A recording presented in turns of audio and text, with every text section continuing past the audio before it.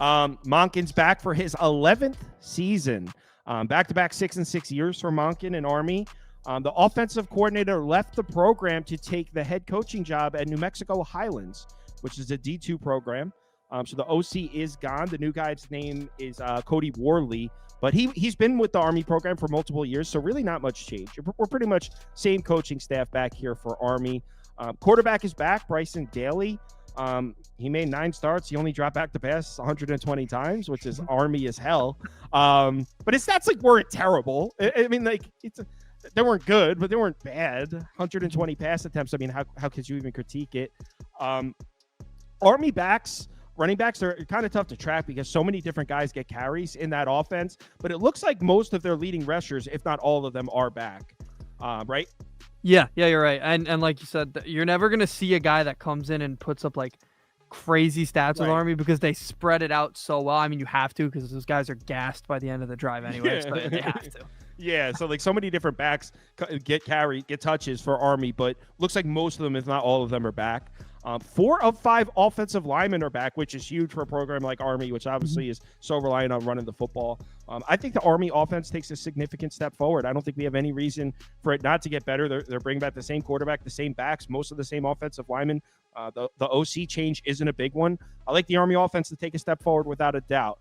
But on the other side of the ball, yeah. What? So the Army defense, good Lord. They're returning just 3 starters. You can see 128th in defensive returning production. The Black Knights are. They lose 4 of their top 6 defensive linemen. They lose 4 of their top 6 linebackers. Keep in mind, so 4 of their top 6 defensive linemen, 4 of their top 6 linebackers, and keep in mind, this wasn't a great run defense last year. They were ranked 81st in defensive effective rush, 120th in yards per carry against, 109th in defensive run success rate. So this wasn't even a good run defense last year. Now, they don't do themselves any favors with some of the games in their schedule, and they do have a little bit of an easier schedule this year. But this wasn't even a great run defense last year, and they got gutted in the defensive front. So, I mean, they should have real problems stopping the run here. And then, I think the secondary will be a little bit maybe the same, but I don't have any faith in the Army defense. Andy?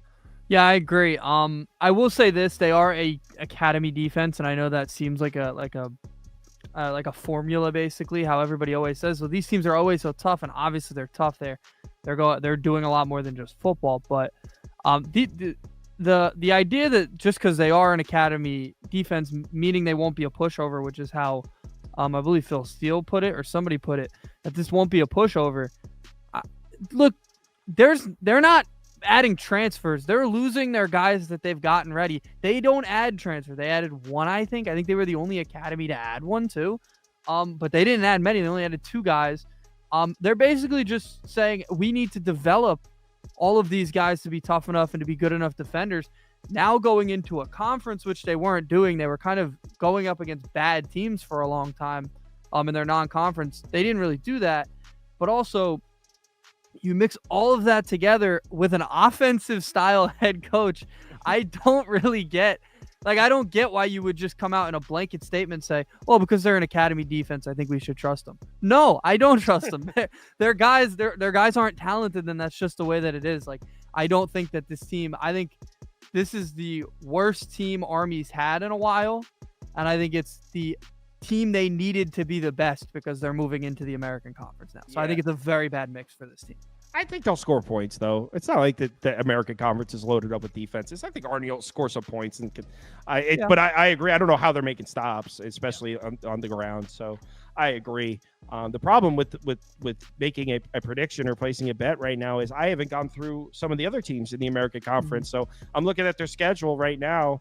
I mean, at FAU, you like FAU this year, right? Yeah, FAU is a better team than them. Yeah, you would assume that's a loss. But at Temple, I don't even know. I think they beat. I actually have Temple as a win. Temple is, we're going to talk about they're awful football team. So and then they get Rice at home. Rice will be an up and down. They're kind of even teams, to be honest. Rice is going through a lot of the things they're going through. They got at Tulsa. It's a loss. Right? Yeah, UAB's probably that's not probably a loss. They got cooked by UAB. Yeah, UAB's UAB's going to score 70 points on them. ECU will probably put up a pretty big number on them too. Yeah, ECU is interesting. I think we're doing them next. Yeah, I think they're the next. They're That's 2 a teams loss. away. Yeah. So let's say they have 3 wins so far: Lehigh, Temple, and maybe Rice.